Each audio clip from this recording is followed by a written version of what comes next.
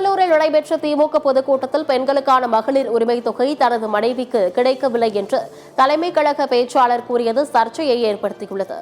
திருவள்ளூர் மாவட்டம் பரிகிப்பட்டு என்னும் பகுதியில் திமுகவின் 4 ஆண்டு சாதனையின் போது விளக்க கூட்டம் நடைபெற்றது. இதில் சிறப்பு பேச்சாளராக தலைமை கழக பேச்சாளர் சேலம் கோவிந்தன் கலந்து கொண்டார். அப்போது பேசிய அவர், தனக்கு முதலமைச்சர், துணை முதலமைச்சர் மற்றும் அமைச்சர்களை தெரியும் என்றும் அவர்களுடன் அமர்ந்து உணவு அருந்தியுள்ளேன் எனவும் கூறியுள்ளார். மேலும் பெண்களுக்கான மகளிர் உரிமை தொகை இதுவரை தனது மனைவிக்கு கிடைக்கவில்லை என்று குறிப்பிட்டுள்ளார். திமுக பொதுக்கூட்டத்தில் மகளிர் உரிமை தொகை கிடைக்கவில்லை என்று கூறியது சர்ச்சையை ஏற்படுத்தியுள்ளது.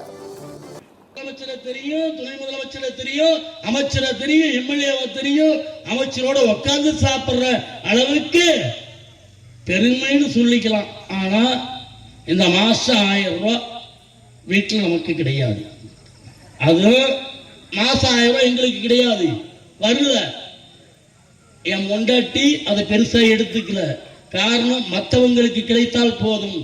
அந்த காரணம் திமுக குடும்பத்தில் இருந்து வந்தவர்கள் அல்லவா. நம்ம அந்த உணர்வோடு தான் இல்லாதவர்களுக்கு இல்லாதவர்களுக்கு போகட்டும், நாமும் இல்லாமல் இருக்கலாம், ஆனால் முடிந்தவரை சமாளிக்க முடியும்.